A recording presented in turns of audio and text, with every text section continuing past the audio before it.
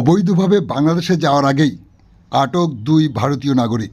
আপনারা দেখছেন সেই সময়কার বিশেষ মুহূর্তে ধারণকৃত ভিডিও চিত্র আজকের স্বপ্নগর পত্রিকার অনলাইনে।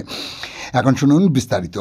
গতকাল সন্ধ্যার পর দালাল সহযোগে মোটা টাকার বিনিময়ে অবৈধভাবে বাংলাদেশে যাওয়ার আগেই দুই ভারতীয়কে আটক করল তাড়াইল সীমান্ত এলাকার বিএসএফের জওয়ানরা।